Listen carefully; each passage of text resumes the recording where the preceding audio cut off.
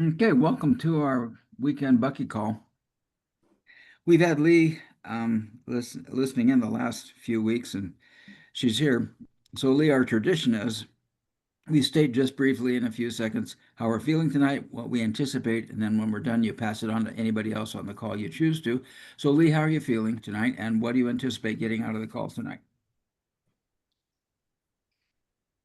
I have been enjoying. You're on mute, so unmute yourself. You have to touch it, and you have to hit that red thing. Lower left. It does get picked up by your microphone, yes, Steve. I don't know if two going on, you might get back here. Okay, good. Maybe she will get heard. Richard's coming on right now. And tap here. I did. You went into settings. Oh. I don't understand that. Okay, there we go. And now you tap here. Then you come over here and hit that guy. Oops. Yeah, now you're talking. Okay. And that mutes you. Okay, go ahead. Lee?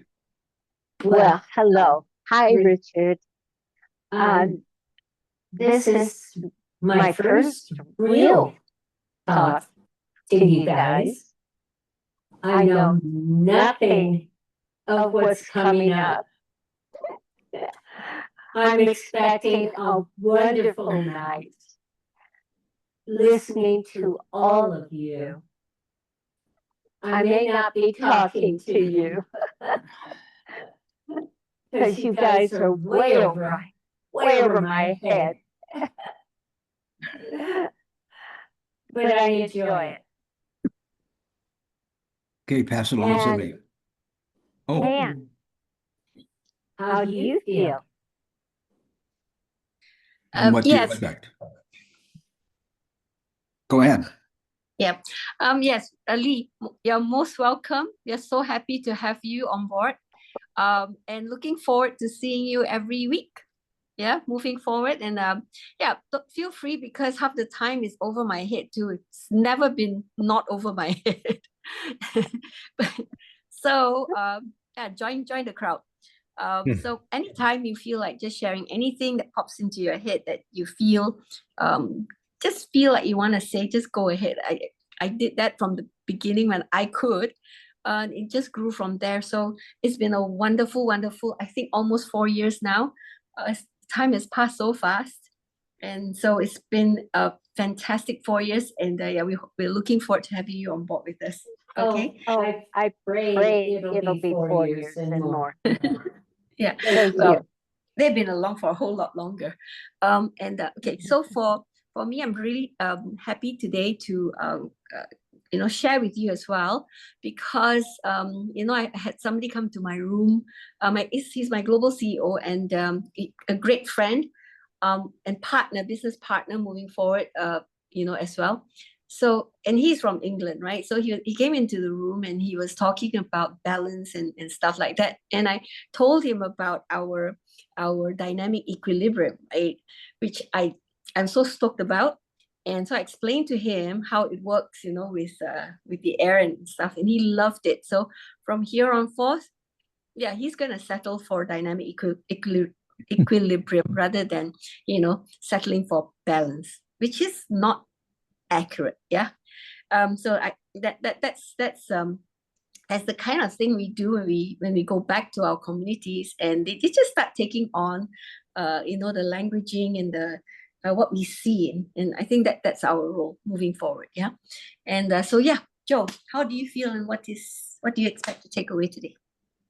I feel pretty good actually, although I'm a little bit tired, I have to admit.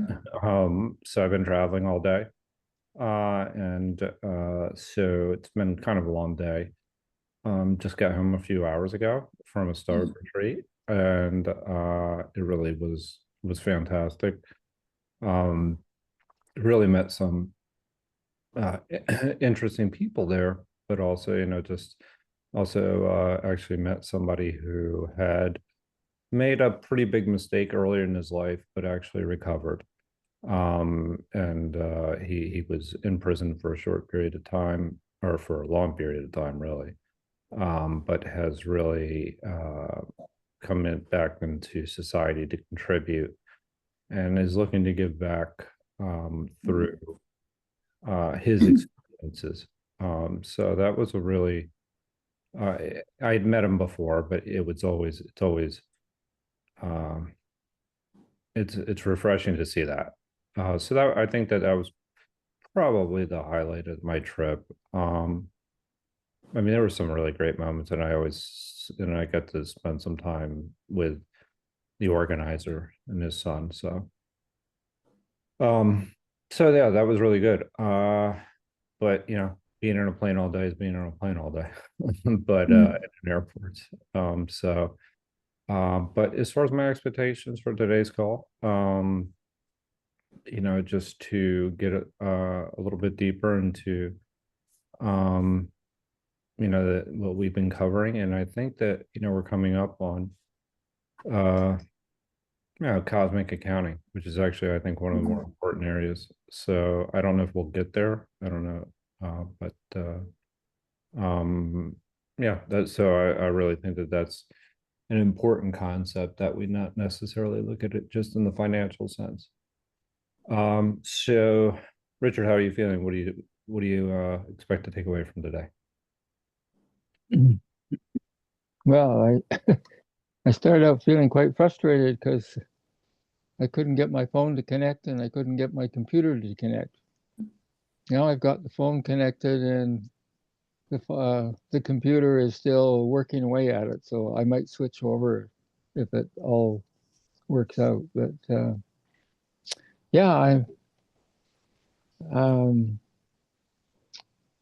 really always on Saturday night now, on the every 2-week cycle of meeting with the trim tab group in the morning is interesting, because right now we're going sort of section by section through synergetics. One of the members is posting the book page by page almost, and then he suggests we should read section 400.101 all the way down to 0.103. And then the next day he posts another one. And then when we meet every 2 weeks, we get a chance to discuss some sections that somebody might be interested in. And I'm finding, even with a group going through synergetics, line by line almost, it's a tough ride. And I think there's an awful lot more that I can get out of Amy's book, Fuller Explanation, that helps me then go back to the original synergetics sections and grasp it a little bit more. But it's quite something trying to go through that book and follow the way Fuller wrote it. And some of the things that happened to me anyway, as I'm reading what he's writing, and sometimes struggling to catch the nuance of the words, then I kind of break out of that, and I come back into Fuller as a person. And so I'm saying, how in the world did he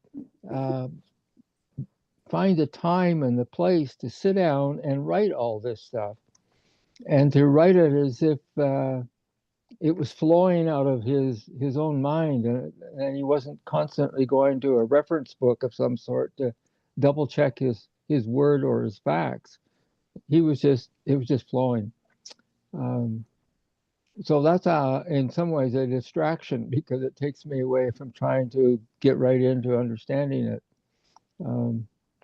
So I'm looking forward to our kinds of discussions on the Fuller explanation book, in a way that will embolden me to ask more questions and dig deeper when we get into the trim tab meetings.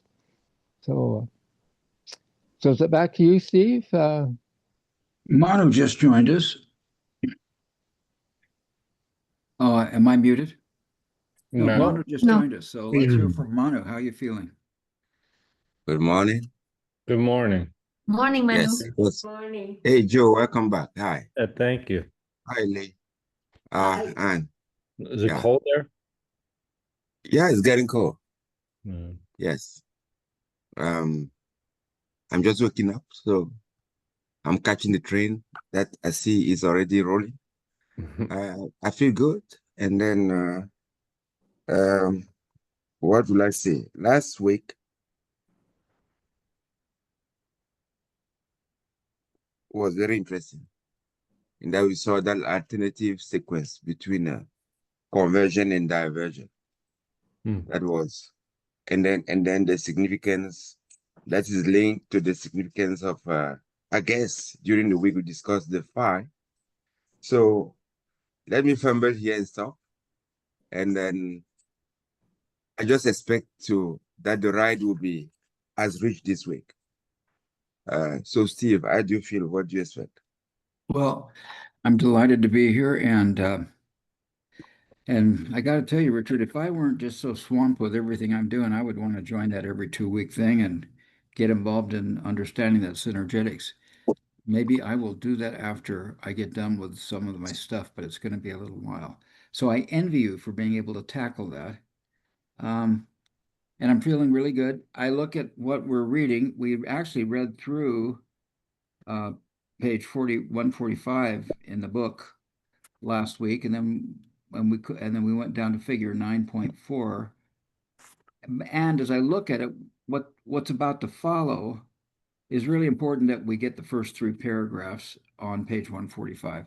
So I think tonight we'll start at page 145 because it starts out with a very comprehensive statement, and then and kind of really heads off to where we're going. So if I don't think it hurts to here's where we were, um, and what we're going to do is go back just a little bit further and start here. And this is oh geez, my pages just got screwed up. Let me see, 145. There we go. That was it. Oop, that was it. There you go. And now this is where we go. So figure 9. Did you unmute? That makes an echo. Please mute your phone. It's mess. It's what? Look at this screen. I dropped the phone. Yeah. Okay, I'll just mute you. Okay.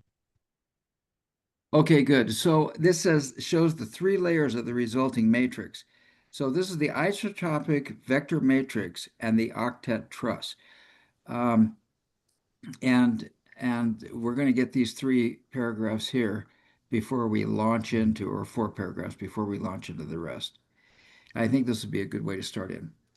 Every node, I'll start reading this page and then somebody else can read the next page and thereafter. Every node in the IVM as the origin of 12-unit vector radiating outwardly, 12-unit vectors, is the center of a local vector equilibrium.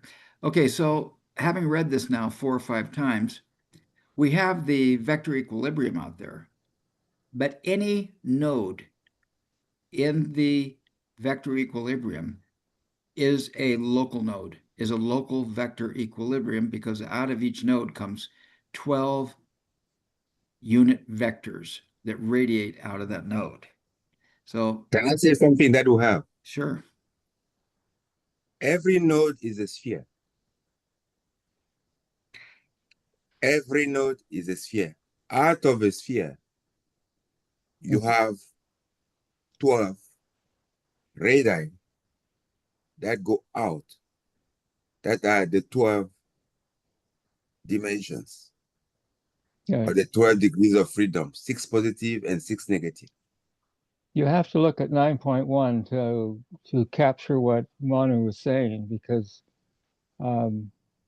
it shows, yes, the sphere, but it also shows that the matrix in the triangle and square sort of formation. right? You remember well that we say the sphere can be approximated by the icosahedron. Yeah. That All you have to is, do is look at 9.1 right above it, yeah. and you'll see the node in the center of the sphere. Exactly. Cool. I'm glad you brought that up, Thank you, Richard. Richard. Okay, good. Shall we then So proceed? here I come on the computer, so I'll. Okay, good. I know somebody. I'll be sure to let you in. Yeah. Okay, good. All right, here we go. There you go. All right, good. The ends of these unit vectors define the 12 vertices of the vector equilibrium. However, this does not mean that adjacent cuboctahedra pack together to produce a space-filling expanse. We're going to read more about this later today in the next page. That's why I wanted to read this for sure. A symmetrical array can be created by bringing the square faces of adjacent vector equilibria together, but they are necessarily separated by octahedral cavities, framed by the triangular faces of 8 converging VEs. I wish we had an animation of this. The unavoidable octahedron between adjacent VEs, we're going to see this later because they're going to stack octahedra in the next couple of pictures. So the unavoidable octahedra between adjacent VEs provide yet another manifestation of the specificity of the shape of space. Again, an explanation that is very easy. That will help us. When you took the tetrahedron and you did the first degree derivation, that is to cut by half the edges, the 6 edges, and join them. At the center of it, you have an octahedron. And then you have 4 tetrahedra radiating out. You remember that? Right. I can actually show a graphic of that. Yes, it's very, very simple. So that is exactly what she's talking about here. It's very, very fundamental to me, that picture.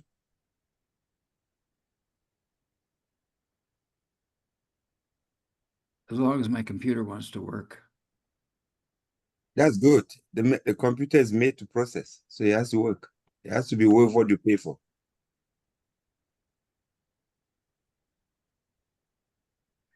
Well,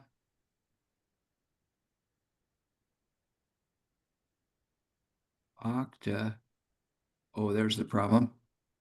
Okay, Yeah, I can show you have to pay for it, and then you have to type the actual words into the prompts. Okay, let me find out. Actually, what Manu just said is here, but I have a better picture of it. Yeah, there it is. Here it is right Your here. blue, yeah. I mean, that's it there, but this is more exploded and easier to see.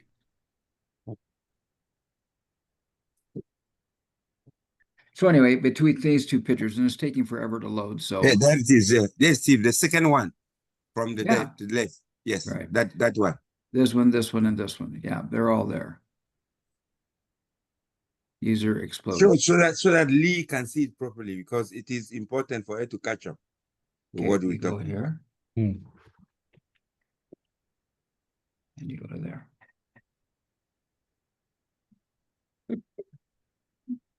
Back to meeting. Thank you. Okay, good. Where were we? We're just reading that. Still on the first paragraph of that Yeah. where you're reading. The unavoidable octahedra between adjacent VEs provide yet another manifestation of the specificity of the shape of space. Okay, this array can be readily understood by observing figure 9.4, which is going to be on the next page, that a packing of vector equilibrias is equivalent to a framework of cubes in which the corners have been chopped off. thus automatically carving out an octahedral cavity at every junction of 8 boxes. The above observations provide information about the shapes and angles of the IVM, the most symmetrical arrangement of points in space, and therefore about the shape of space itself. And I imagine most astrophysicists would say, well, what do you mean? Space doesn't have a shape. But Stephen Wolfram and others, Donald Hoffman, who are now big on what's called an amplituhedron, are saying there's a structure upon which space exists. And that is But- going to go principally in agreement with this. Whoa, an physician that says that it's not an astrophysician. It's not worth the salt of math. In other words, Space exists because there's boundary. Okay. And if there's boundary, there's structure. Because Yeah. energy flows along vectors. And so one way to look at the IVM is as cubes, as we just read, and inside each cube is a cube octahedron. And notice she mentioned about the truncation or chopping off the edges. So there's a tetrahedron right there, there's a tetrahedron right there, there's a tetrahedron right there. And those tetrahedra, if you drop those tetrahedra, you have a cube octahedron in the center. Yes. The IVM is conceptually a sphere. That's what it is. Yeah. It Yeah, is conceptually a sphere. But we That's know why- that the sphere doesn't exist. If Well, the that's the sphere problem. doesn't exist, it is an infinite arrangement of structure that are all symmetrical in all directions. And here are pictures of the give you- sphere, a sphere at each vertex, Yeah. and remembering that spheres don't exist, and the whole thing is a sphere. But Yeah. at the center of each sphere is a node. Yes. Remember that the structure is always what we imagine to help us understand. That explains. And thus we have the octahedral cavities between adjacent VEs. Yes. So there we go. So VEs must be a cube then. You know, I don't know where you people are, but you know, It could be a cube because the cube doesn't exist also. Well, Or that's the cube right. exists, it exists, but it is unstable. yeah, and the sphere exists, but it doesn't exist as well. So that makes Yeah. perfect sense. The sphere exists, but we just cannot grasp it because it's unstable. As Well, soon as you reach, it's like the VE. The way I VE, like as soon as okay, yes, Go ahead. just talk Go ahead. first and then I'll talk. I go ahead. The Please. VE, as defined by Becky, is that as soon as you reach it, it collapses. As soon as you reach it, you never have time to observe it. You never have. The VE has never stayed for a second. You reach it, it collapses. It's Yeah. just like the cube. As soon as you reach the cube, it collapses. It's simple. Yeah. This This array can be readily understood by observing figure 9.4 that a packing of vector equilibria is equivalent to a framework of cubes in which the corners have been chopped off, thus automatically carving out an octahedral cavity at every junction of the 8 boxes. There it is. And the octahedral cavity, actually, there are 4 halves. What I'm seeing now is I'm seeing a tetrahedron here, a tetrahedron here, a tetrahedron there, a tetrahedron here, and then I'm seeing 4 halves of actual octahedron. Here's the I'm seeing it, but I can't explain it. I don't know. Does anybody else want to repeat any of this reading? Or is there anything else that anybody wants to say? I want to say something, but I'm doing the constructive. I will say it after I finish the construct. Shall we read on, or shall we wait for you to finish your thing? Okay, just give me 2 seconds. And it's there. 1, 1,000, 2, 1,000. Okay, Mhm. there's your seconds. Okay, it's gone. It's sorry. It's there now. Take your time, my friend. Take your time. Sometimes I can be a jerk. Okay, you see the cube now? Oh, I see the cube now. Okay, Yeah. you see it. 1 second, the next second is gone. Do you all It remember becomes how to something else. pin Manu so that he's a main feature there? I can't Go ahead, see. Manu. I You can't need to even hold it a see. little bit higher up to your right ear. Yeah, this is my cube at about, you know? Yeah, hold it Is it- higher. Hold it about face Yeah. high if you can. Yeah, there you go. Yes. This is my cube. Yeah, As this soon as I works. see it, it collapses because it's unstable. Yeah. That's what she's talking about here. The VE, you see it, it collapses. This is what we call the cube. The cube exists, but it is not stable. Therefore, we don't see it. We see patterns. We see things that are stable. Let's link it to physics. Right. We don't see things that come and go. That's why we've never seen an electron. We see a trace of the electron. It goes. Yeah. Yeah. But this guy here is there, and the next second is gone. It's like that. Yeah, it collapses. I gotcha. Yes. So in So a sense, it is the same concept. What I'm trying to say here is that all of this complicated thing that has been said here, you could say it with the original tetrahedron derived twice. Finish. All the concept. So the tetrahedron, the tetrahedron with the octahedron inside, repeated, describe the IVM. You just have to take one next to the other. It describes the stuff. You have the succession of octahedra and tetrahedra. okay, cool. So the world, that's why I always say the world can be described with two variables, tetrahedron, octahedron. And everything that is structure is a rational series or addition of those. So you can say 1/8 octahedron plus 1/6 tetrahedron. It Very gives you cool. something, some structure. Cool. Now this is where There's no, there won't be necessary. You only have irrational numbers when you start now going outside of this and describing the unstable thing, notably the sphere. Then you start having the pi, you start having the things that are irrational. Otherwise, you always have something that is like the Fibonacci sequence. That is the sum of rational numbers. cool. Okay. Okay, so this is where we actually were supposed to start reading tonight, but I thought that reading those 3 or 4 paragraphs in front would be helpful. Who wants to read from here? Joe. Yeah. Joe is our reader. Yeah, I'll read tonight. The characteristics reveal the basis for the term isotropic vector matrix. In Fuller's words, isotropic meaning everywhere the same, isotropic vector meaning everywhere the same energy conditions. This state of omniness of vectors prescribes an everywhere state of equilibrium.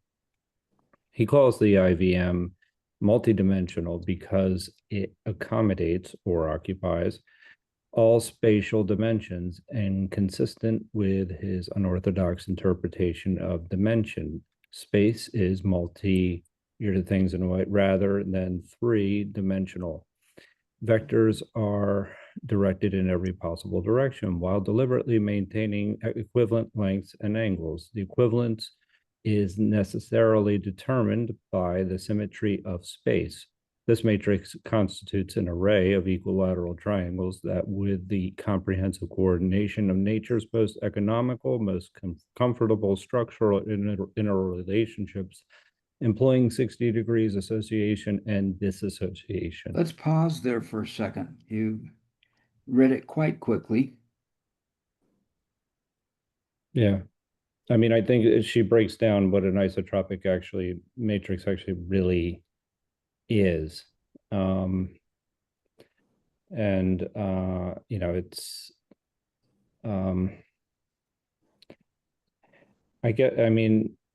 I guess if you break it down to, and I was actually doing something similar.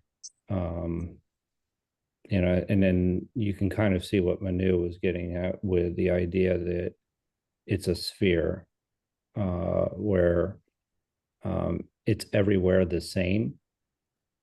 So it's like a, you know, it's like a perfect circle from that, Yeah. meaning everywhere the same energy and conditions, the states of omniness vectors. Yeah, I mean the omniscience, or Yeah. sameness. We're going to see more pictures of it in the future, but if you have a point, an Yeah. imaginary sphere in space, and you send out vectors in every direction equally, you're going to end up with a sphere.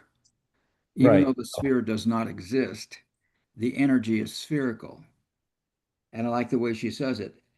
Isotropic meaning everywhere the same, and isotropic vector meaning everywhere the same energy condition. So a vector is an energy condition. Mm-hmm. And so, It has a direction and amplitude. Always. That's how you define a vector. right. Start, end, direction, amplitude. Yeah. And so amplitude is broken down into force and speed. So it has direction, force, and speed or amplitude. And the way they show vectors graphically is the bigger the arrow, the more of one of those attributes it has, force, speed, and direction. So to me, it was really profound to say isotropic vector, meaning everywhere the same energy condition. That's why all the radii are equal lengths, because they have to be everywhere the same. Mm-hmm. Yeah, Can I also I would add, can I add something? I want to add something. Okay, well, decide who's first, and both of you add something. Let Richard go first. Richard, please add something. Yeah.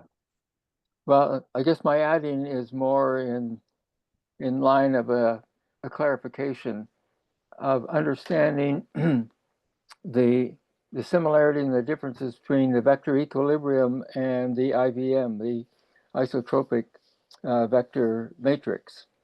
And I understand that they're similar, but the vector equilibrium is the core, and then the IVM builds off of the vector equilibrium. Is that correct? I think Say that again, sounds I didn't get reasonable. that properly. What did you say? Say it again, Richard, if you care to. Well, yeah, it's clarification in terms of the terms vector equilibrium and IVM or isotropic vector matrix. And that the vector equilibrium, I understand, is the foundational form, and the IVM builds off of it, extends it out. Would it be fair to say is the result of it and extends it out? Yeah, well, it's just to make sure that that the use of those terms doesn't start to converge in, and we think of them as one and the same. Agreed. They're similar, but not one and the same. Agreed. And Richard, to go that helps a along, lot. Okay, That can I helps. say something? I'd like to add Well, on I'm what at Richard this, says. Yes, to address Richard, I would say they are the same. well, that then there is more clarification we need, because what I'm reading is they're not the same. Yeah, they're not the same. Okay, tell me The matrix, where, for example, are they not the same? the matrix is the result of the equilibrium, Yeah, it's a vector equilibrium. but they're not the same. The matrix is No, the how result. are not? I want Well, to understand. one is an extension of the other. Yes. No, I mean, it is. Universe is finite. That we know. Yeah, but that misses the point, I think. No, I mean, how is one an extension of the other? That's what I don't get. Well, because it maybe we depends on have to how stop long. and Depends on. look some things up here, because that's why Yeah. I asked the question. I wanted to be sure in my mind that they're either similar They're definitely not similar. the same, or they were the same. They aren't To the me, same. that they are One is not the only the result. same, they are strictly the same. They're not to the me. same because the vector matrix is the result of the vector equilibrium. No. In other words, please let me finish. So in other words, if each node in the vector matrix, in the vector equilibrium matrix, represents its own local matrix, then the size of that local matrix depends on the length of the radii. So we could have, like here, we got 1, 2, 3, 4, 5, 6, 7. We have like 6, 7 just on the inner circle here of spheres because these radii are limited in length. But if we took these radii and extended it out 3 times, that local matrix would be larger than a different local matrix, which is smaller, but all of them are based on the same principle, which is vector equilibrium. That's the Right. way I see it. That's So that's what I thought you said, Richard, and that's the Okay. way I see it. Yeah. I mean, I see the difference there. I The mean, vector equilibrium is conceptual. It doesn't depend on the radii. It's like to say a sphere. Well, if it has longer radii, then it's a different. If it's a different But matrix. it's concept. The notion of vector equilibrium existing in nature, right? You got to get to talk what you call the unit radius, the unit how do you call it? The unit wavelength of light. Okay, but it doesn't disagree with what I just said. No, I won't say so. That's why I'm saying it doesn't disagree. I don't also what to say. I've said that in that sense, it is strictly the same. Well, The IBM, except this the book IBM is, and the vector, because the IBM is a matrix. yeah, the book is trying to teach us there's a difference between the matrix and the equilibrium. Where? I want to see that in the book. That's why I asked you It where. just said it. Where? It just say what on the characteristic of the vector equilibrium is that there's equilibrium everywhere. The matrix consists of an array of equilateral triangles with the comprehensive coordination of nature's most economical, most comfortable structural interrelationship employing 60 degrees. So the matrix is constituted of these equilateral triangles, and the triangles can have any length radius or any length But edge. that's what is defined as a vector equilibrium. Well, that's what the vector, yeah. Does anybody, we just read where she said, okay, this is the reason why I started where we started.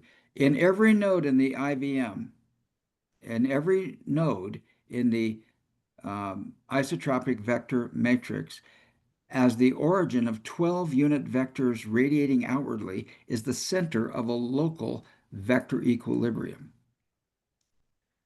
So there's a difference between the matrix and the equilibrium. Okay. Can I say it differently? Well, yeah. Okay, let me say it differently. To say that. But remember, Hold on. for I my want to be practical. I clarification. want to be practical. Let me come practically. I would say that to say that they are strictly equivalent at our level here. I didn't say there it will was never equivalent. Be, okay, hold on. There will never be a contradiction forward. So we can continue. Okay. There's never going to be a contradiction in what we read because one say one build the other and another person say they are strictly the same. There's never been going to be forward a contradiction. That's the practical thing that I wanted to say here. But I still have my point. If we have settled on Richard's point, I still have what I wanted to express. And Richard went first. Are you complete? Well, no, I am complete with my point. I'm complete with Richard's point. You're complete with what? Richard's point. Richard made the remark. Okay, Richard, are you complete? Well, as I say, I asked for clarification, and I think it's starting to fall into place that one builds off of the other. The vector equilibrium is the basic form, and the isotropic vector matrix is an extension of that form. So they're similar but not the same. Okay, I'll go along with that.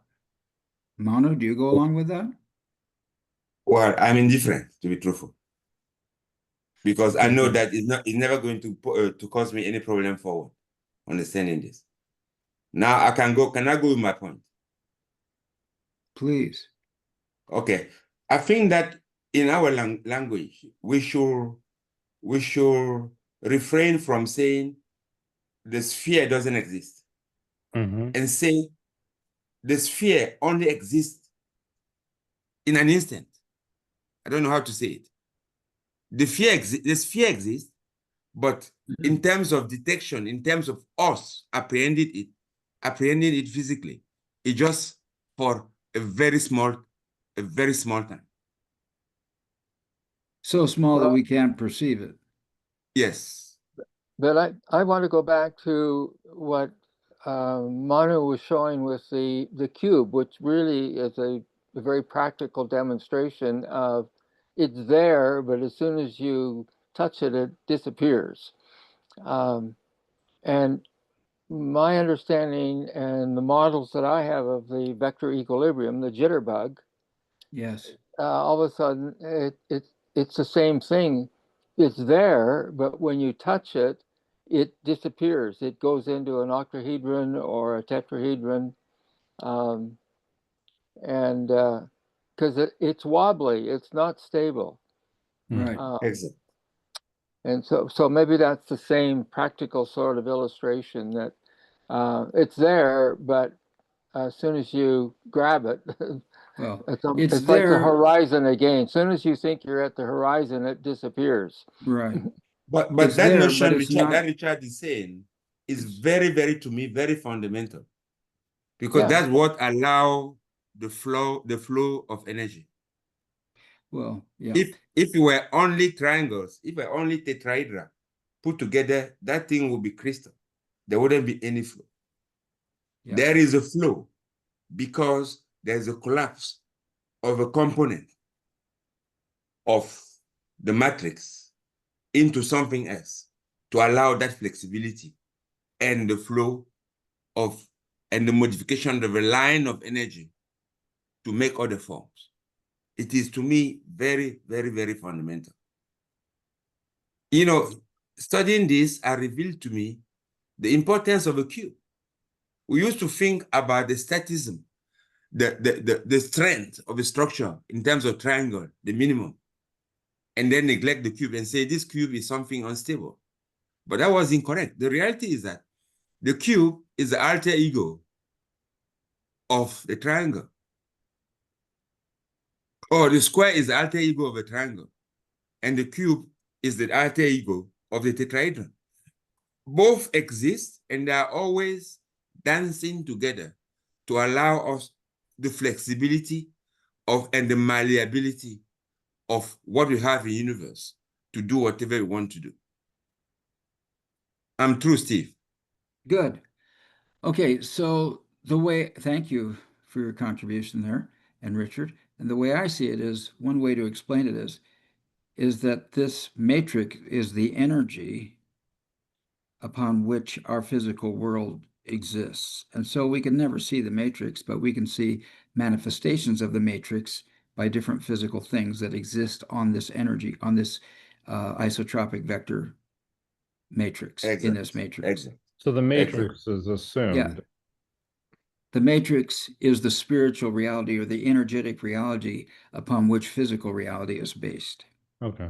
It can never be seen, it can never be measured, but it's there because the objects that form on it are seeable and measurable. Maybe. Yeah.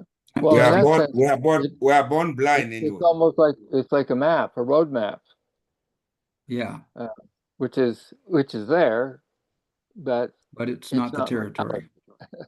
yeah, Yeah. it's not the And territory. remember philosophically and humbly that we are born blind and we die and live blind. We just improve our blindness with senses to make a picture of what we are in and where we're going. Cool. It is a little So- bit crude, but that's the reality. That is sad or very happy reality of life. So, Joe, you were reading, and I invite you to start reading or rereading anywhere you like so that we can pick up and move on. Where would you like to start reading? Sorry, John. before we read, Good. I have something here to ask. If you're looking at the structure above there, right? So you have the cube, and inside the cube is that cuboctahedron, right? That cuboctahedron, that is vector equilibrium. Each one of them, is it at vector at equilibrium? Is that what it is? I do believe that the answer is yes, because inside of this cuboctahedron is a node with 12 vectors coming out of it. Each of those vectors connect at each of these nodes. I'm going to find Okay. my, So each node radiating out is a vector equilibrium. Is that what it is? each node has a vector equilibrium potential, but there's a node in the center of that cuboctahedron which establishes that as a local situation. No, because I'm trying to. And I would say it is the cube octahedron plus the tetrahedron radiating around it that make the vector equilibrium. I see. It's Okay, those so two. It's not one, it's the two together. okay, so that one is a vector equilibrium, right?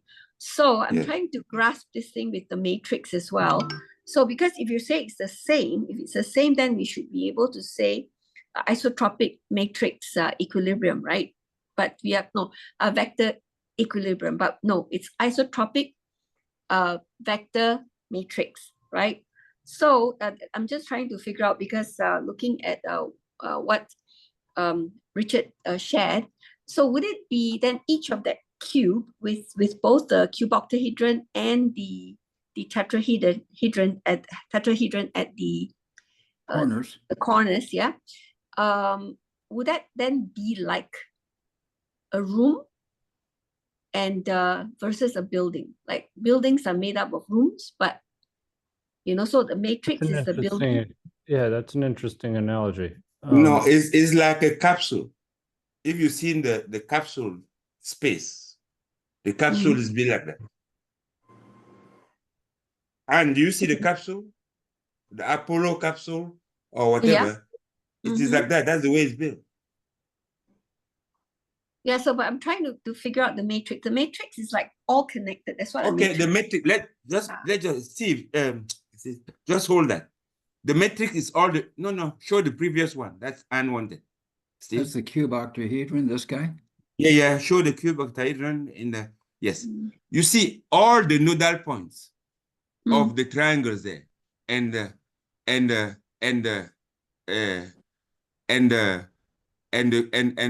squares, right? There are 12 nodal points. There are 3 at the top. 1, 2, 3, 4, 5, 6 in the middle, and 3 at the bottom. Those are the same 12 nodal point of a vector equilibrium. Okay. Okay.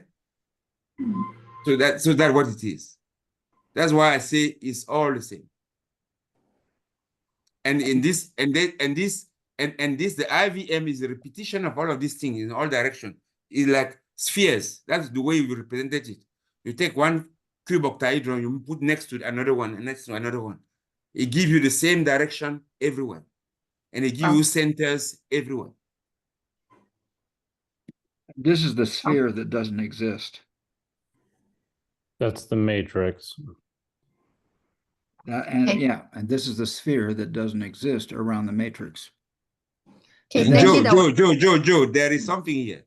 What you call matrix is an arrangement of points and edges. That's the matrix. You bet. That's what you call matrix. It's not the content. Okay. It is all the line of flow of energy. The line and point of flow of energy. That's what you call a matrix. And that's the definition, the mathematical definition of a matrix. When you take, for example, Joe, when you do in the social stuff, right? You studying, you have on the horizontal characteristic of something, let's just say 6. Yeah. And then on the vertical, you have another 7 of something. And you feel the cross, the point cross, that is matrix. Okay. Yeah. Because you have one vector, another vector, and you have the point where they meet. That is an expensive representation of a matrix. Okay? Thank you. That you Yeah. also call tensor. Let me try. In mathematics, you also call it a tensor. Oh, yes. Yeah. Yes. Okay. It's the same thing. You have to make that link clearly between those two to understand what we're talking about here, because we're talking a language here that is a physical language, but that is very, very relative. We're using the mathematics that help us to understand, the physical world here, not mathematics for mathematics. Okay, does that then fit in with the definition that I'm looking at that says matrix is an arrangement of numbers in columns and rows? That's one way of looking at a matrix. Okay, That's a two-dimensional matrix. An arrangement of numbers in columns and rows is a spreadsheet. That's 2D. That's the map. Can I show you something oh, on the? oh, Okay, oh, just look at this. Well, let's The let page. let Richard be really clear on his point or question. So do you feel clear about that, Richard? yeah, I do, but I was also thinking that the diagram we've seen in 9.4 or 5, it's two-dimensional, but it's also three-dimensional in terms of the cubic nature of it.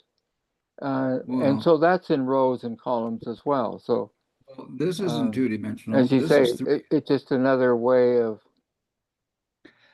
This looks like 3D to a normal person because Well, it's a cube. But he points out it actually has 12, each one of these have 12 dimensions or 12 degrees of freedom. Because each one of these have 12 radii. If you count the radii here, there's 12. Hmm. So this means it's 12 dimensional. So we see it as 3D, but it's actually multidimensional. She says it right here. It says right here. He calls the IVM multidimensional because it accommodates or occupies all spatial dimensions. Now that's a hyperbole because the only spatial dimensions it can occupy are the 12 vectors that come out of there. So it all spatial dimensions and consistent with this unorthodox interpretation of dimension, space is multi rather than three-dimensional. So this cube looks like 3D, but it's actually a 12D octahedron, a 12D cube octahedron. I know I'm saying some of the words wrong, but I think I've got the concept. And is that similar to what you're saying, Richard? yeah, no, I'm just saying that we're limited when we're looking at a piece of paper or a book, which is a two-dimensional substance. And yet we can see a diagram and we can see it in 3 dimension, or we can see it in the multi-dimension is the way she's describing it. But all I was looking at was that diagram and seeing columns and rows as one of the ways you could explain that it's a matrix. Well, columns and rows, were you thinking of a spreadsheet? No, I was just looking up the meaning of matrix, and it told me it's an arrangement of numbers in rows and columns. But that's a two-dimensional matrix. To me, that's a practical.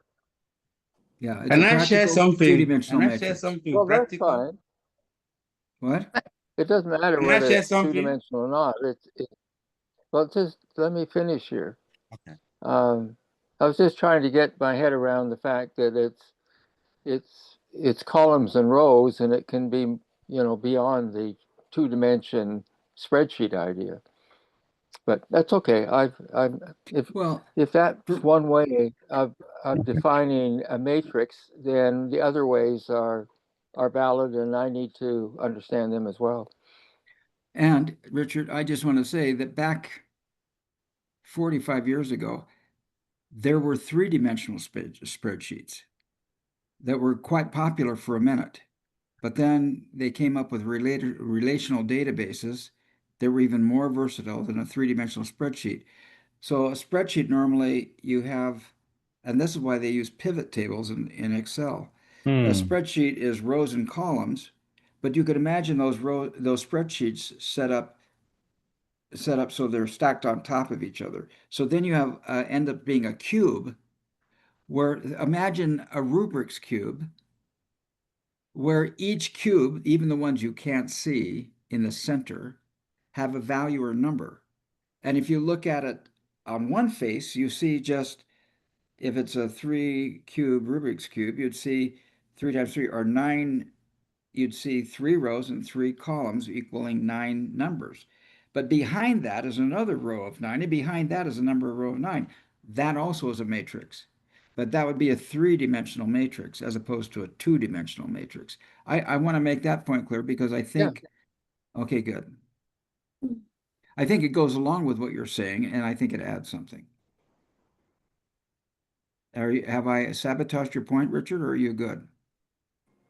No. I'm just accepting that one way of understanding matrix is a row and column approach to it. And Exactly right. Manu, I thought, was giving a slightly different meaning, but it may also be a foundational meaning from his discipline. Right. Can I share something then? If you guys Please. are okay. Are you going to Let draw me show something? this. No, I'm sharing from my thesis. Okay. You see this? Well, This page? yeah. What do you see? A lathe. Yes, you see a lathe, your rotary peeling tool, right? You see timber there, and then you see it turning, and then you see a roll of that timber that is rolling out. You see that? Okay. Okay. Does Now, everybody see that? Yeah. did everybody see this? Yeah. Okay. Turn to this here on this page. That same thing, I represent it like this. I stylize it. Interesting. That is a knife of a pen. So I stylize it. That is a You what? know, I want to study the energy of this thing and the stability. The knife of a rotary peel. You peeling something, you have to put a knife. And you turn it. When you are turning, it's peeling off. It's just like you're peeling a potato, right? You're turning the potato and you have a knife on it, and the skin comes out. Yes. Third, the same thing, the same problem. I represent it. Just hold on, I had the page. The same problem, I represent all of different components like this. Right? Let's just take it, just trust me. And then the same problem then, I put it like, just hold on 1 second for me. That same problem that I have there, I put it like this. Do you see the matrix there? Sure. All right. There's a matrix, Richard. Yes, of that. Yeah. Three-dimensional. You can see it. Okay. And then, fourthly, It only looked 2-dimensional to me. no, That's that okay. 1, 2, 3, 1, 1, 2, 3, 1, 2, 3. You see them? Yeah. I just simplified. It has 3 columns and 3 rows in a 2-dimensional plane. All right. It's Now, 2-dimensional. yes. Now, the same guy that you have there, I can write it in a more complicated way. I start doing mathematics here. You see the symbols, the integration, the derivations, and all of this. I start having formula that you can calculate. And you end up measuring something practically, because that's what we're looking for. You see, you end up with result like this. Okay? This was 40 years ago, at the time when there was no computer. Or 45 years ago. And it is something, I'll show you something just to show off here. You see the young guy there? What a handsome dude. He looks like Chuck Berry. Who do you think he is? Well, it's Chuck Berry. Is that That's you, me Manu? 45, that's me 45 years ago. Manu. Yeah, 45 years ago.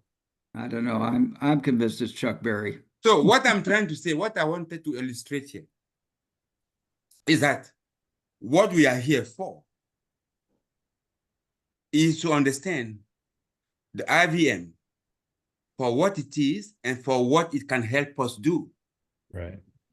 It can help us understand our environment, both at the local macro side, that is big, or are very, very, people apply it when they understand the physics of it, to the very, how do you call it? Micro research, microbiology. You know, like the very, very small things. Right? So Yeah. it helps us to model the structure, and if we understand that it's everywhere, then we'll be able to conceptually admit, because we have to fight against our beliefs, admit that even at the very, very small scale, we can still apply those things and probably solve problems. That's the why we have, in my opinion, that's the why we have this meeting. It's to help us understand how this world we live in works and tweak it to do anti-anthropic.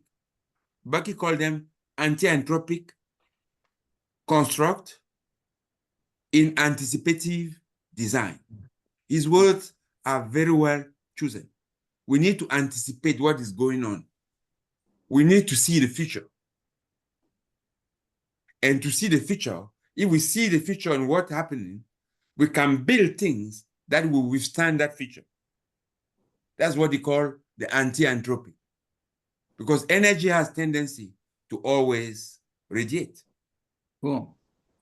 Gravity is stronger than energy, radiation locally, but ultimately, who wins? See, who wins? This might be a stupid question, but would it be inappropriate to look at an organization and a project, like the projects themselves make up the organization, and the organization's the container? Yes, if you Okay. understand the flow of energy, that's exactly the applications. And then you Richard understand had been applying here in the most complicated field. That is that of psychology. this is But really Richard has been trying all his life long, trying to apply those principles to the field of psychology. It is not easy. It's very difficult.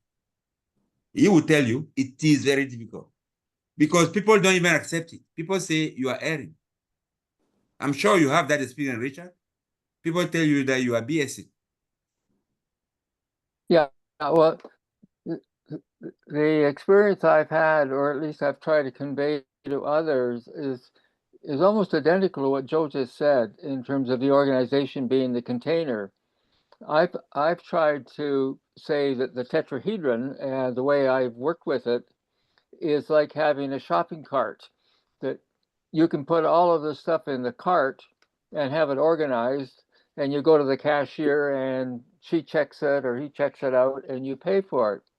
But if you went into the grocery store to get all these items and you put them in your hands or you tried to hold them, by the time you got to the cashier, you probably dropped 3 or 4 of them, or most of them. So from a practical point of view, I'm saying the same thing. Wouldn't it be easier just to put all your groceries in a grocery cart, take it to the cashier, pay for it, and go out? And so I'm saying that's all I'm doing is trying to put everything into a tetrahedral cart or container so that you can, in this case, it was from university, saying you can now leave university with all of it intact rather than having lost half of it in year 1, year 2, year 3. And by the time you get back into the community, you haven't retained much more than what you had when you went in. So, yeah. Cool. This is And, very and I Okay. agree definitely with Manu that it's extremely difficult to try and take knowledge, if you want, from another area and push it into a new area. The other Yeah, thing but that's it's intriguing go ahead. me is that there's still a sense, and I mean it in a metaphysical sense, I guess, not a physical sense, but there's still a sense that everything is material and everything is measurable and everything is physical. Once we whether we put it together with the math, whatever it is, we end up with a physical manifestation. Yes. And Fuller is saying no. And new science is saying no. There's a mixture of material and immaterial, or physical and metaphysical. But I think And we that touch, it's easy to slip into the old dominant way of thinking, and that is that everything is material, everything has to be measurable, therefore it exists, or if it can't be measured, it doesn't exist. Richard, And and you touch Fuller is trying to go ahead, yeah. you've touched a very important point here, in that the way we depart from the old thing, even the high scientists, is that they approach metaphysical as voodoo. Yeah. Metaphysical had that mystic sense. There's no mysticism here. There's only stability and instability. And we see only stable things. I repeat, we see patterns because there's always lack. Kelly will say, lack, lack, lack. We always seeing things with 2 seconds, 1 second, the fastest, I don't know. We approach, but we never land there, that we see things as they happen. No way. We always see in history. Because that we are blind. So because we always see in history, we see in pattern. And patterns are of 2 forms. Some patterns are stable, some are unstable.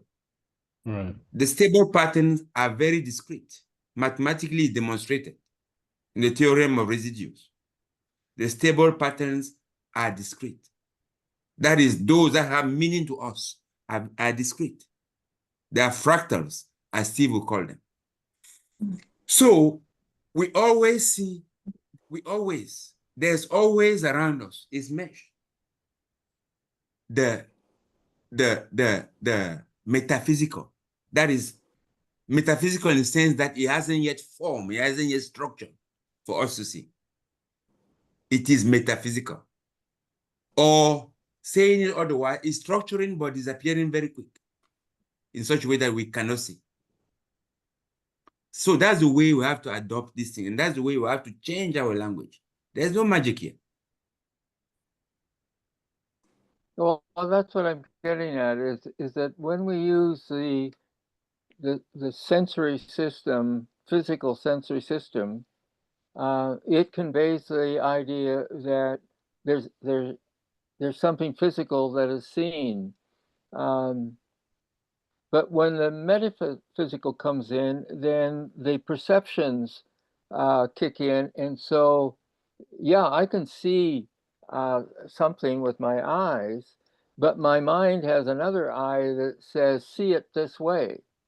So see it as a good person or a bad person or a good culture or out of step culture or a marginalized culture, and therefore an expendable culture. So it's the metaphysical is informing the physical, because I am seeing people in a culture, I am seeing how they operate and function, but my metaphysical says, no, sorry, you don't have the right to exist because you are structured this way and I'm structured another way, and I'm superior. Yeah. All right. Cool. I would like to read because Oh. the next two paragraphs are going to be quite illuminating.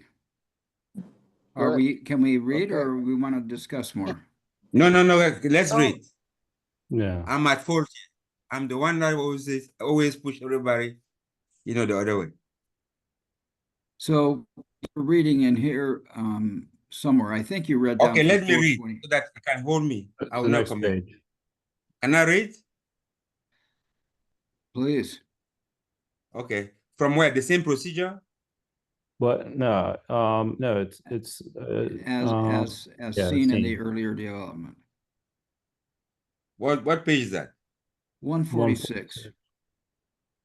146. Okay, as seen in the earlier development of vector equilibrium, spatial omnisymmetry incorporates 4 planes of symmetry, 4 unit directions of equilateral triangles. Wow. Recalling the way cookies fit most economically in a baking sheet, we can feel quite comfortable with the triangular symmetry of a plane. The implication is that the shapes of a space can be described through 4 such continuous planes. Imagine one vector, a quick comparison, synergetic accounting. Should I continue? Yeah. Imagine one vector within the IVM framework, which will be called O for origin. A unit vector, L equal 1, pointing in any of the 12 directions away from O, ends at vertex, which we shall call A. A second unit vector emanating from O is given a different orientation, in a direction of 60 degrees away from A, and arrives at vertex. The distance between A and B is also unit length. As simple and repetitive as this observation might seem, it is the essence of synergetic accounting, as opposed to algebraic accounting.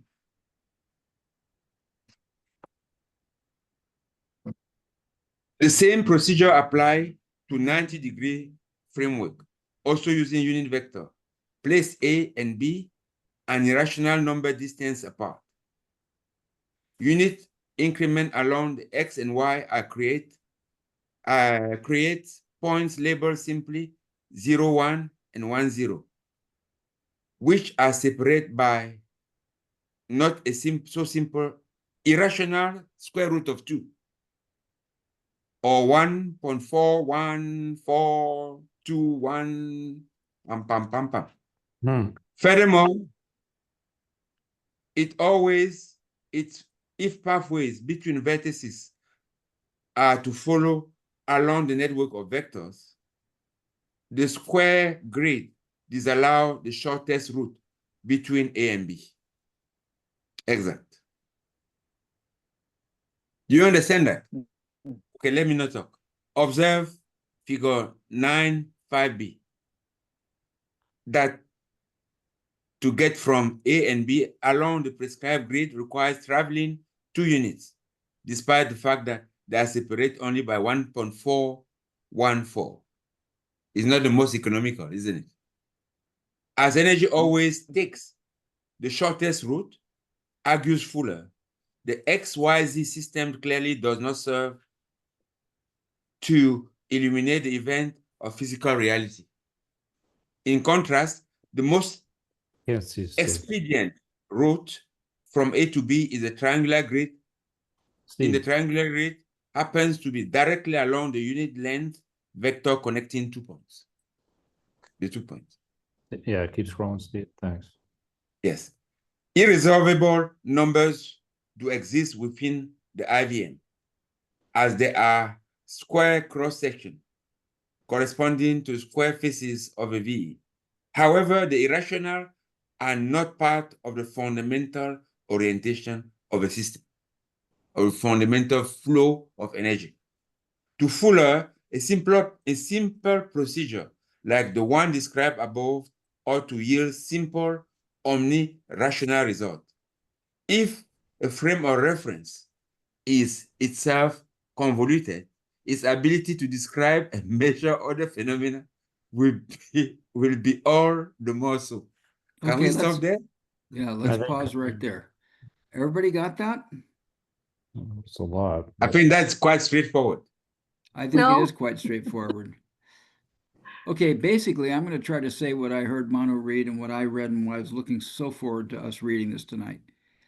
If you use a 3D matrix like the XYZ that most people use, and you take a unit value of 1 and you measure the radii from 0, unfortunately, she talks about having a 0, but she doesn't show the 0 on the chart. There's a 0 right there, and there's a 0 right there. But if you come out from this 0 and you go X, Y, and Z, and you measure out 1 radius, 1 unit, on the X and on the Y, the result between B and A is a square root of 2. That's the way we experience three-dimensional reality. Whereas in Fuller's system, if you measure out at 60 degrees instead of 90 degrees, the distance between A and B is not a square root of anything. It's equal to A and B. It's equal to the distance from 0 to A and 0 to B, and it's equal from B to A. This is the reason why this is the foundation of space. This is how things grow in space. This is how the human brain likes to see it. That's what I heard. Now, somebody else give an opinion or reaffirm in your own words. I Yeah. found that we Can I show this? Yeah, can we wait a Let little me- second? let- Let's hear yeah. some more people vent here first. Well, Go ahead. Well, what you just said between those two diagrams really clarified for me that difference between the 90 degree and the 60 degree, and that if you want, they're all unit ones, and you don't get into these irrational numbers. Exactly. Now, when I relate it to Fuller and Tetrascroll and trying to get across the idea that there has to be an observer in the XYZ coordinate system, and the only way you can get the observer in there is through 60 degrees, and then you've got this very elegant model or structure to show the triangular sort of nature of the person observing something, and could be observing heights, widths, and lengths, but observe it through the 60-degree angle system, which puts an observer and an observed together. You can't separate them out. The XYZ matrix or angle or system perpetuates the notion that the observer can be detached or separate from the observed. That's how I'm grappling with the difference between the XYZ coordinate system, 90 degrees, and the 60-degree tetrahedral system. Richard, if I can comment on that, I like what you're doing because you're reinforcing the essence of the observer. In this system over here, the observer is outside and not part of the system. The observer is observing something, and that's the reason why the observer notices this distortion between A and B. Where if the observer includes themselves in in space, in the reality, like over here, then the observer is part of it, and there's no distortion because in normal way of doing corporate structure, you have the boss in the middle, and the boss relates to this guy, and the boss relates to this guy, and A and B don't relate at the same level. That's the breakdown in the system because it doesn't allow for it doesn't allow for the equilibrium between these two players where your system does. Because this is at 90 degrees and it shows irrational relationships. This is at 60 degrees, it shows rational relationships. And in your system, the observer is in the center. But I'm offering that in this system, the observer could be in the center here too. However, it would be a distorted picture. And there's only 3 degrees of freedom where this offers 12, or 6 degrees of freedom here where So this offers 12 it's degrees. a hierarchical organization versus a level organization. Exactly right. So that's the difference.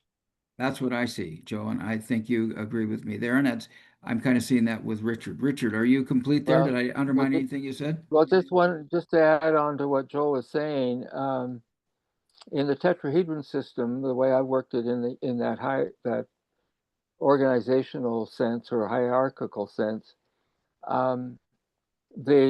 because you have a stable base 4 times, you can move your hierarchy around so that the boss can be the boss in whatever parts of the system require that boss being the boss. But then the machinist or some other operational person can be treated as the boss over that department or over that system, and the boss doesn't try to boss that person around. The boss can go into, if you want, a subordinate role with the organizational expert that you've hired, and so the hierarchy is mobile and it's omni hierarchical in that sense. Whereas the other system forces the hierarchy into only one kind of boss, and that's, for me, the model that so often is used is the square-based pyramid, the half octahedron. And when you use that model, there is only one way the model is stable. It has to sit on the square base. All right.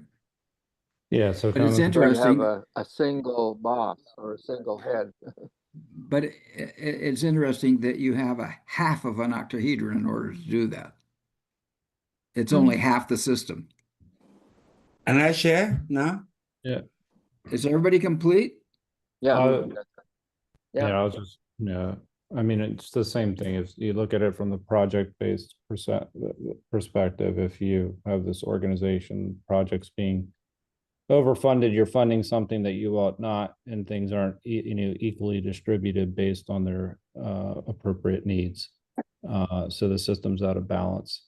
So that would be another way of looking at it. So in other words, if it breaks up the flow in a system. If you look at it even like a supply chain or something along those, or I should say, an assembly line. If you put all your energy into one particular part, and then obviously that creates a bottleneck in the assembly line. So basically, you're talking about the equal distribution of energy and resources. Cool. You complete? Yeah. Manu wants to show a model. Anne, are you complete on all this? Anybody else have any comments on this before Manu shows his model? I'll do mine at the end. Okay, good. Okay, Manu, I'm going to pin you up and let you roll, my friend. Thank you. See. Do you see this? Yes, I love mushrooms. Mm-hmm. Okay, that's what is happening now in space, huh? Right.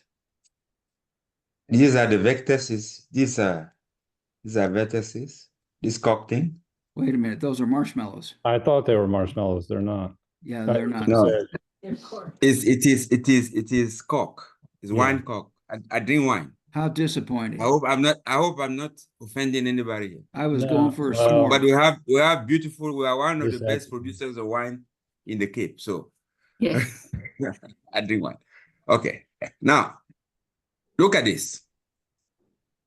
You see the center here? Let me open the window here. Mm. Do you see how messy it is? How messy it is? Yep. Yeah. Do you see all the struts? Yeah, I was going to say that, but I didn't want to insult you. Okay. No, it's messy. That's life. Okay. You see that is messy not only at the center, like here. Let me hold it like that. If I showed this, you see this center here that I'm pointing. You see it? Yeah. To your right, Manu, just go to your right. Yeah, okay, that's great. You see that? Yeah. Yeah. This is the center. Now, look at even further up here at this level here. You see the mesh, all the mesh that you have there to tie this together. Mhm. All right. Now, you see these triangles here. Remember that energy from one individual, one vertex to another. Yeah. And it never flows, in a way that are wayward. It's the most economical. So energy is supposed to go from here to here. All right? But in the orthogonal representation, that we call the Cartesian, that energy has to take this messy route there, and is the same in an organization. Instead of going straight to a colleague here, it goes here to the center first there. You see that? Right. It relays to go to the center. There is a gatekeeper here. Here. You see, intermediary. Yeah, at this level. Yeah. Yeah. There's the first gatekeeper. Then you get to the center where the boss is, and the boss might not even there. But anyway, you get your message there. And then your message goes, you want to go to this one, you want to address this guy here. It goes from there along this orthogonal axis here, say Y, to here, another gatekeeper before you get here. That is so way true. long. That's way long and complicated. Yeah, that is so true. Energy flows here. No, but, So what you have done but you is to do not allow have the this box guy, in the middle. yes, you allow this guy to see through the window here instead of seeing through a false line to the center. You can see here, this guy have visibility. You have regional cooperation. You have cooperation between these three. They see themselves well on this face, Yeah. and they can communicate effectively. That's the word you just used, is right. Communicate. I mean, Yes, essentially, you're they talking about- communicate along this. Yes. Remember that they are squares. You see this square here? This is a square. It's a little bit messy.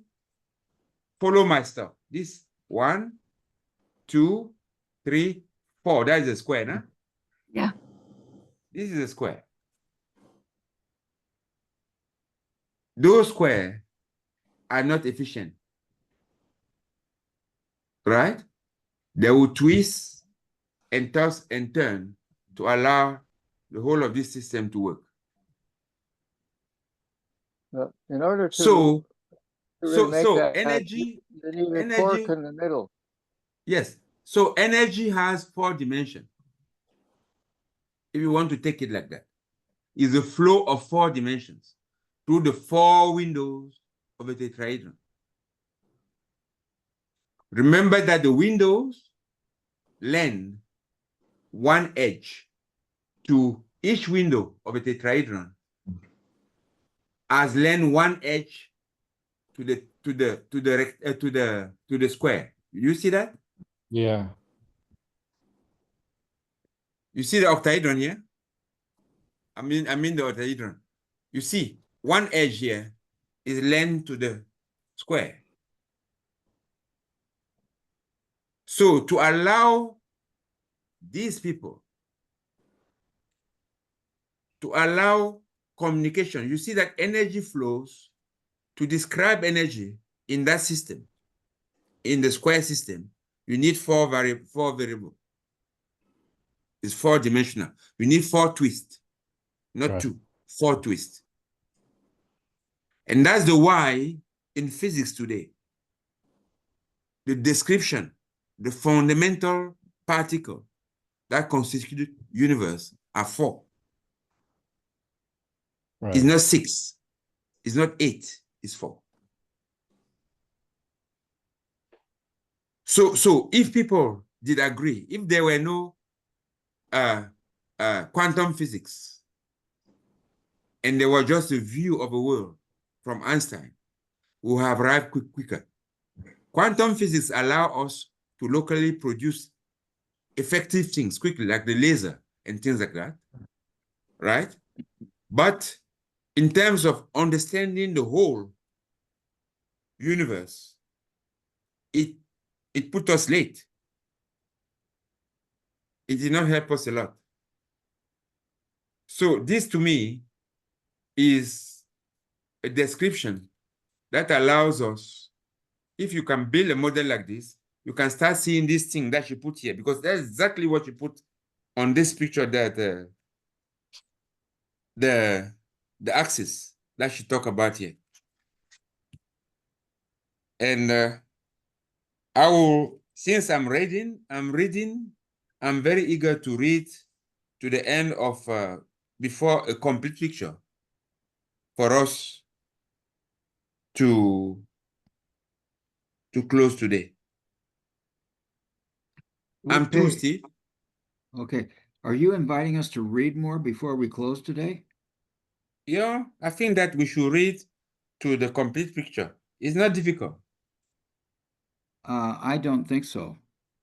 Okay, It's so 10, we it's stop 10, there. it's 10:41. We have 19 minutes left. Okay, So, we stop. We yeah. stop. Okay.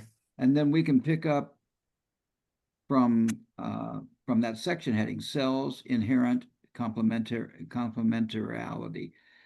You know that I'm always greedy, Steve. So Yeah, me too. I'm But a greedy man. I'm glad we got to page 148, by the way. I think that was really profound. I'm glad we were able to do that. Manu, are you how are you feeling, and what are your takeaways today? You've been sharing a lot, but what do you take away? What, and then pass it Well, along. I felt my energy increasing as we were in the meeting. And I felt like we touched on very, very important things. And I thank everybody that is here. My takeaway is actually a little bit further in the text, and I'll read it. In conclusion, the development of both the VA and the IVM, whether through closest packing sphere or by symmetrical arrangement of vectors, support a sense of the balance of the octahedral and tetrahedral symmetries inherent in space. And both configurations build themselves in response to spatial constraint, to boundary. You can't have space without boundary. That's my takeaway.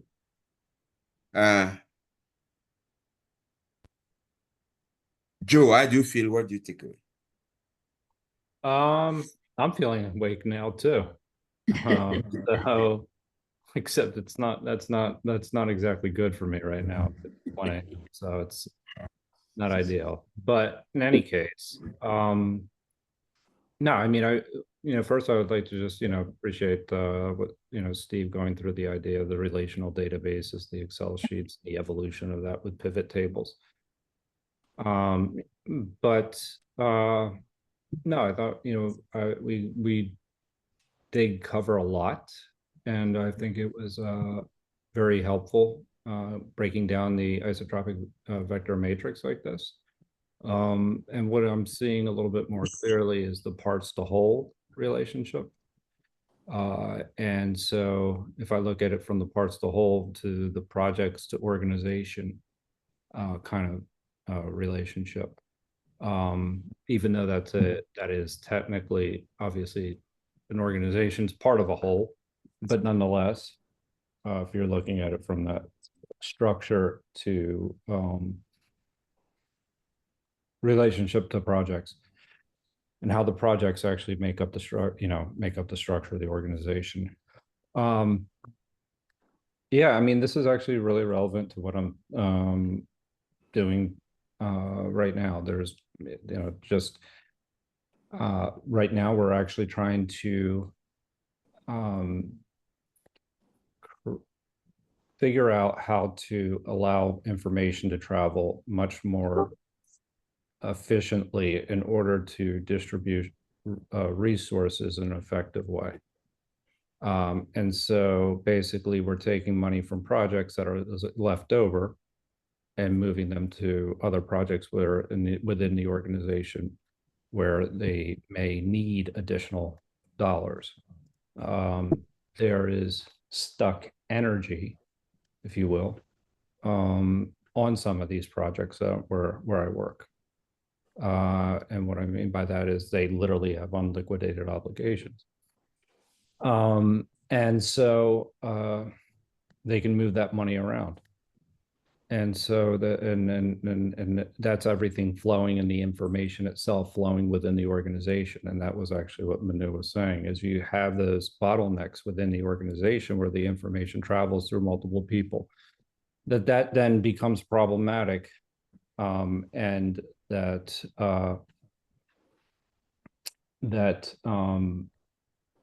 inefficiencies start to exist. And what happens is literally people are just sitting there wasting money.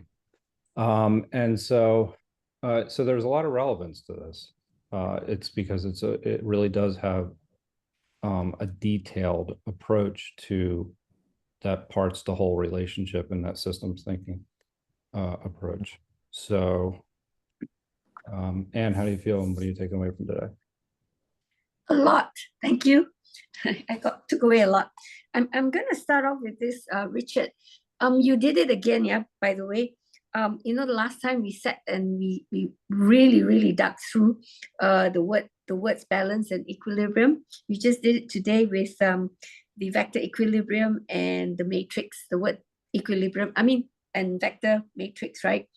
So it made it very clear for me, at least clear as in how it works in the physical space, right? Or the fact that we can make it so visible in terms of drawing, even if we cannot see anything. And then the other one that became very clear today also is this 90 degrees, 60 degrees. We've been talking about it for the past, I think, 2 years for me when it registered. But right now, the 90 degrees, 60 degrees became very clear. The other one that, after today, I'm going to toss it out there to my people. And, that IVM, this isotropic vector matrix, is to describe the shape of space. Let's see what I get out of it when I toss it out with my team, yeah? One other thing that really stood for me was, Manu, when you said that what Richard is doing to fit what you do, Richard, into structures is absolutely difficult. And then you started talking about the physical and metaphysical. I just want to share that I just had that experience, I think on Friday. I won't mention the country because this is going out into YouTube and all that, right? We're dealing with one country has been starting to send quite a number of students are starting to show up in our school. For the first time, I realized, oh my goodness, there's a lot to do because the country in general is much more traditional, right? But the people that I've met lately from that country, they have been very forward thinking because of their age, right? They're younger and they're starting to see that the education shouldn't be what it was.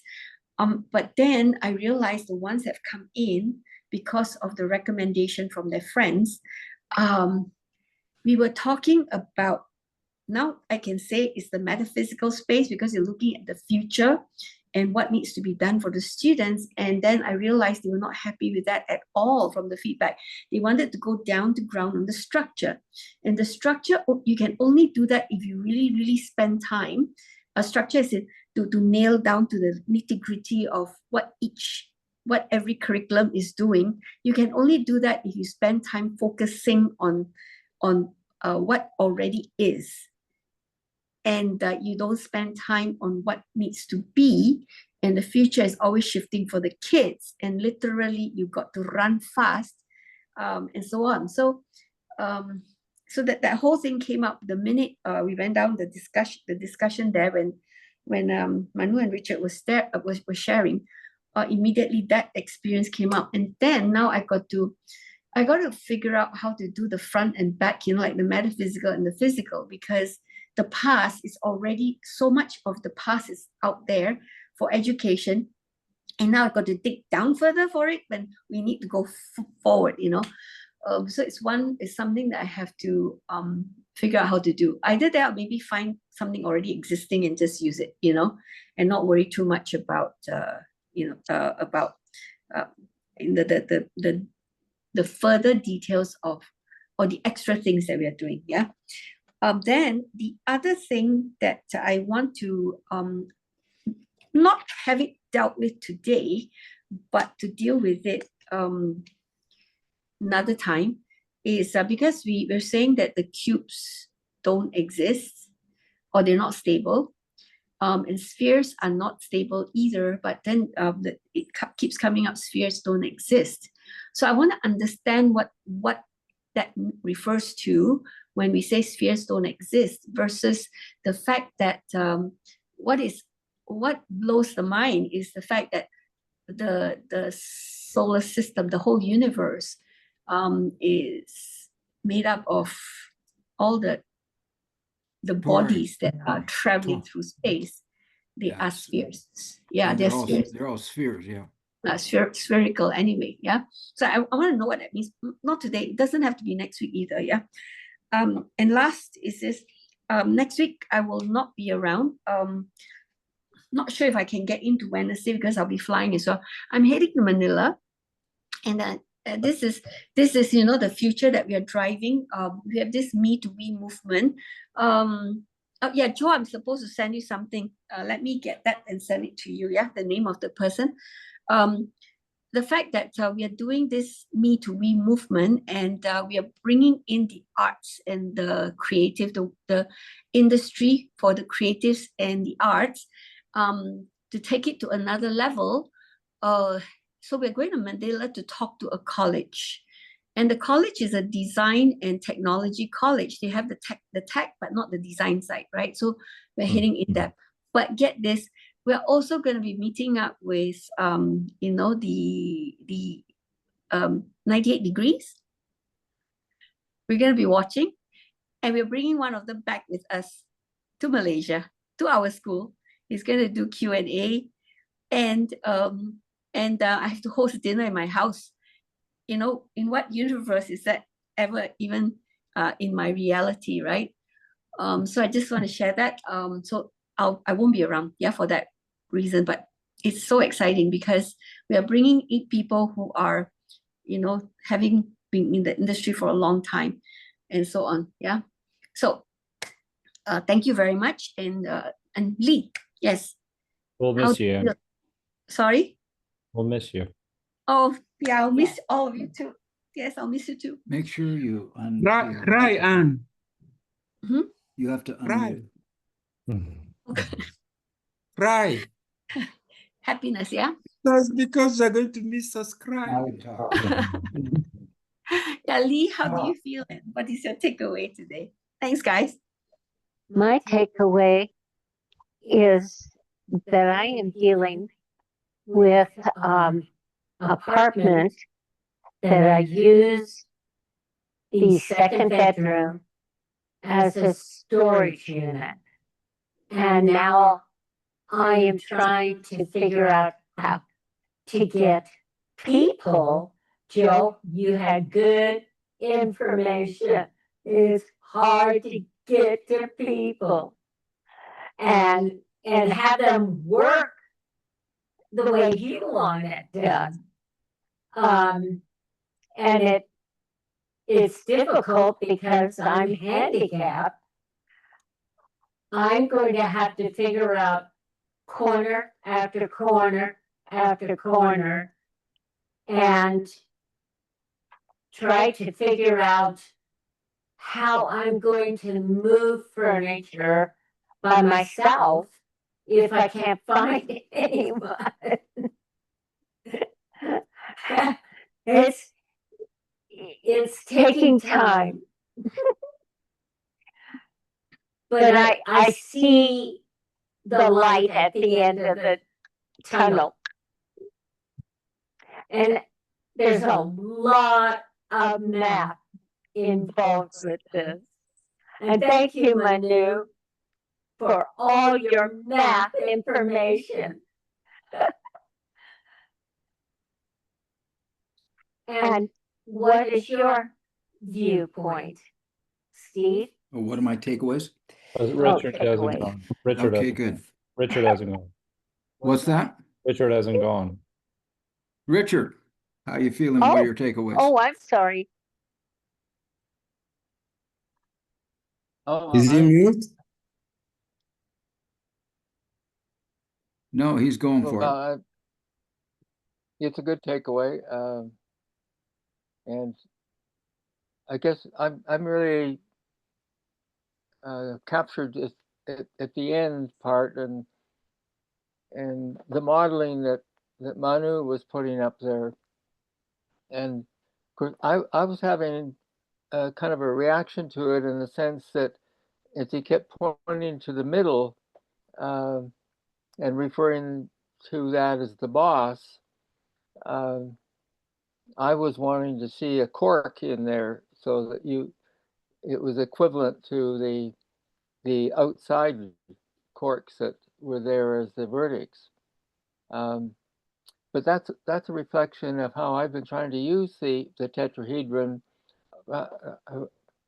around its basic form. So there's one cork, two corks, three corks, four corks, and then I can give them some other names to show the different ways that they interrelate with each other. And I haven't really tried it with other sort of geometric forms like the octahedron or others. But I've been fascinated with how the tetrahedron helped me move from the 90-degree XYZ system that has an observer separated from the observed and into the 60-degree system that allows the observer and the observed to be understood to be part of the system, which has really been a breakthrough, I think, in terms of science, because science tried to separate observer from the observed. And now I think we're recognizing that they are interconnected. They do affect each other, no matter how hard you try and stay objective. You have to take into account that other factor. And so I'm intrigued as to whether or not we could put a cork in the middle and say, that's the boss or that's some kind of name. Or whether I work with the outside as I have been, and the inside has started to, the center has been representing the soul, if you want, of the system or the soul of the organization. So it's not concrete, it's not specific, but it's the inner meaning or the inner being of the system, whether it's an individual system or an organizational system. So I've got to keep working on figuring out whether or not the inside center that we talk about needs to have a cork. And then I need to figure out how to think of that cork relating out to the other 4 vertices. And so I end up working with a 4 system rather than a 5 system. So that's the generated sort of thinking that these kinds of discussions generate for me in terms of thinking further into whether or not you can apply from one discipline over to another discipline, as I've been trying to do for good many years. So that's my takeaway. Steve, how are you and feeling, and your takeaway tonight? Well, by the way, Richard, I can put form. I think that if I can pump to the center, the paste that, foam paste that solidify. I think I'll do it white. I'll try to do it white. Or I'll cut some white stuff and put it and then glue it at the center there. So very good suggestion. Thank you. Well, I just firmly believe that I am cork in the octahedron. So that's been my vision. This is actually the result of the 7 directions. The 4 cardinal directions, the up direction, the down direction, and the 7th direction is the direction within. I am the cork. Anyway, even though I've had been spending a lot of time with the 60 degree, 90 degree, looking at this chart, even though I've built these charts before, looking at this chart today was really helpful to me.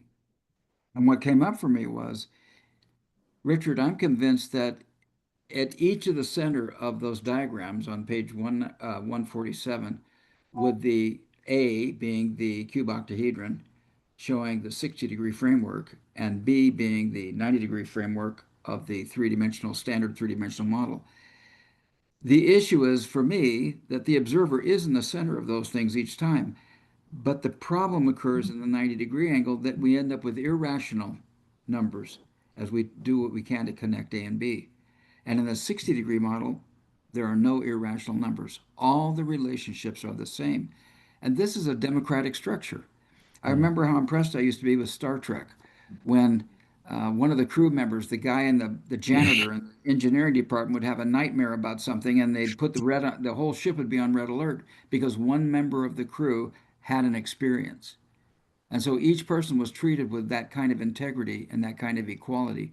There wasn't, I'm the captain, you're a shithead, shut up, I run the ship. It's, wow, this person's concerned, maybe there's something out there. Let's run on yellow, right? And include everybody. I heard us talking tonight so I'm really grateful for that. And I have a new understanding of 12 degrees of freedom, which I'm going to work on based on those 12 vectors, each node in the matrix being it being the center of its own local isotropic vector matrix, which is really cool. I'm suddenly having this thing about a local matrix and then a bigger the macro matrix. In this concept, we were talking about, well, the matrix, the way I like to see it is the matrix is the jitterbug itself, and the equilibrium is why we don't see the jitterbug. I'm going to say that again. The matrix, the isotropic vector matrix is the jitterbug. There it is. But we can't see the jitterbug because it's doing this stuff. It's in constant equilibrium. And this comes back to, which I think is really critical, we come back to stable, unstable. No, there's nothing stable about the jitterbug. And one of the things that I've learned in my Vipassana practice is this whole concept of impermanence. The fact that reality is actually appearing and disappearing billions of times per second. And we just look at a thing and say, oh, there's a thing. It's not a thing. And it's just a happening. It's an event that's still going on. If we step back out into a macro perspective, that building was built, lasted for 100 years or 200 years, and then it disintegrated. It just was a happening. And this comes back to this idea of, we think of past, present, and future. That's very deterministic. There is no future. It's past, present, and potential. That's what it is. And if I see future, I'm blinding myself because I think the future is like the past, which was an event. But then I remember that event was just a happening. It was impermanent. Bam. I only saw it. Not everybody saw it the way I saw it. And if I'm making my future out of my past, I'm screwing myself. The past is impermanent. The past is a happening. It was here today and gone tomorrow. And my brain says, oh no, it was a thing. It's real. It wasn't real. It was just potential that manifested in the isotropic vector matrix. Okay, and then I'm really convinced about this sphere thing. I just love this. This is how energy, the sphere doesn't exist, and it's how energy relates to itself.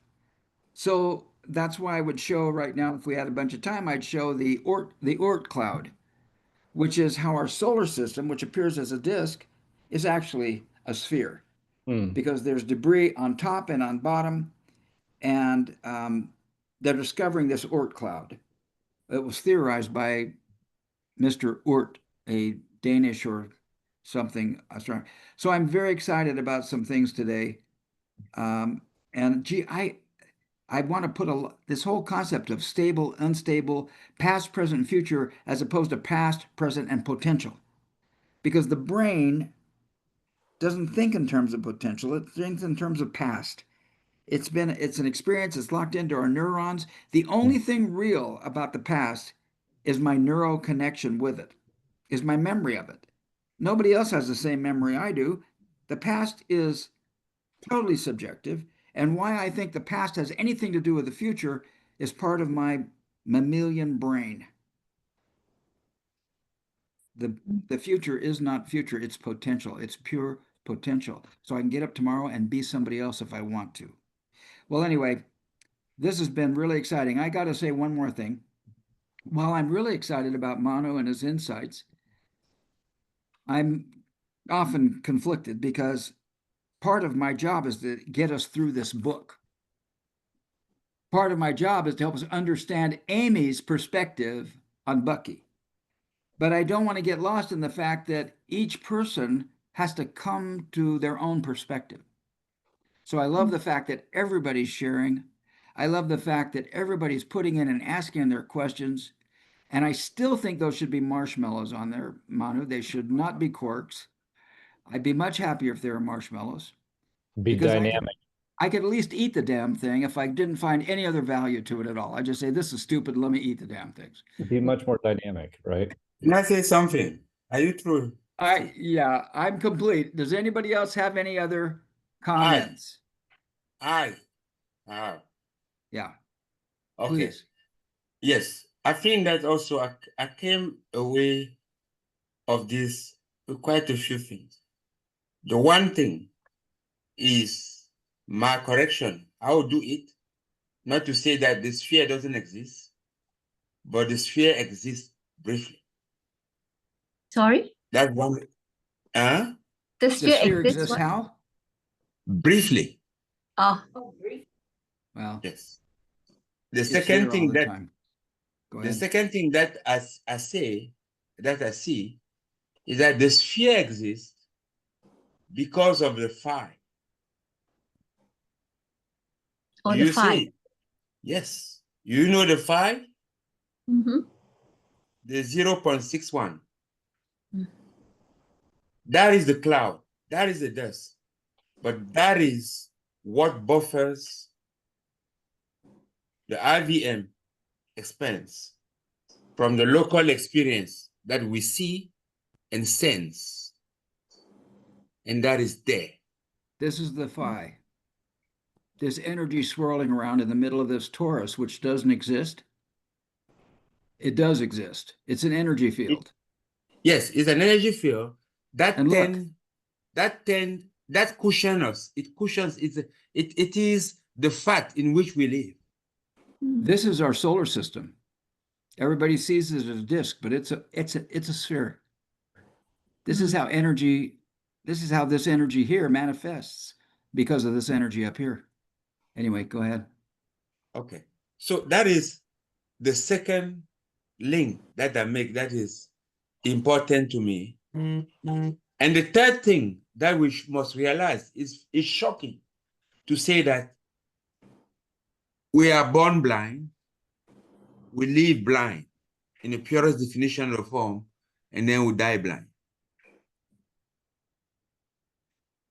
And that is because the lack is the component of a general principle of boundary, flow in out,